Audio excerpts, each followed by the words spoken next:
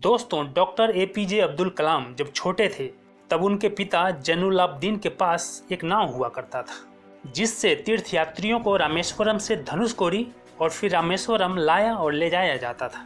यह नाव ही उनके परिवार के जीविका का एकमात्र साधन था। लेकिन एक रात इतनी भयंकर समुद्री तूफान आया जिसने सब कुछ तहस नहस कर दिया। इस तूफान में उनकी नाव गायब हो गई। हालांकि उनके पिता ने कुछ ही दिनों में दूसरे नाव का इंतजाम कर लिया, परंतु उनके बड़े से परिवार का भरण पोषण करने के लिए उन्हें काफी संघर्ष करना पड़ रहा था। उस समय अब्दुल कलाम की उम्र 8-9 वर्ष थी।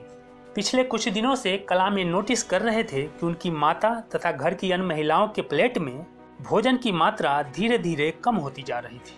तब छोटे कलाम ने अपने परिवार की आर्थिक मदद करने के लिए, उसमें अपना छोटा सा योगदान देने के लिए अखबार बेचने का निर्णय किया। कलाम सुबह 4 बजे गणित का ट्यूशन पढ़ने के लिए जाते थे।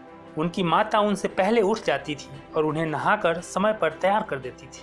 उन्हें इतनी सुबह उठकर इसलिए नहाना पड़ता था क्योंकि गणित के शिक्षक उन बच्चों को भगा देते थे जो नहाकर नहीं जाते थे। कलाम सुबह 4 बजे से 5 बजे तक गणित पढ़ते थे। उसके बाद पास के अरबी स्कूल में कुरान शरीफ सीखते।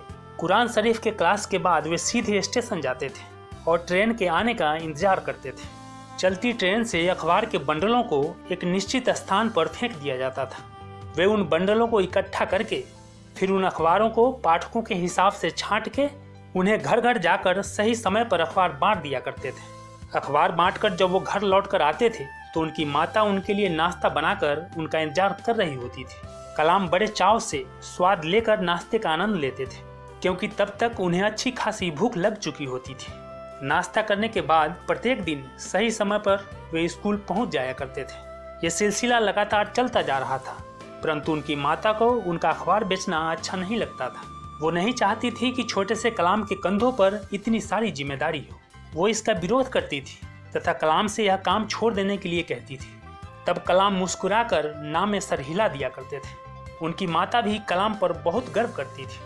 यही कलाम आगे चलकर मिसाइल मैन के नाम से प्रसिद्ध हुए और देश के प्रगति में अपना अहम योगदान दिया। बाद में वे देश के सर्वोच्च पद यानी 11वें राष्ट्रपति बने तथा उन्हें भारत रत्न से सम्मानित किया गया।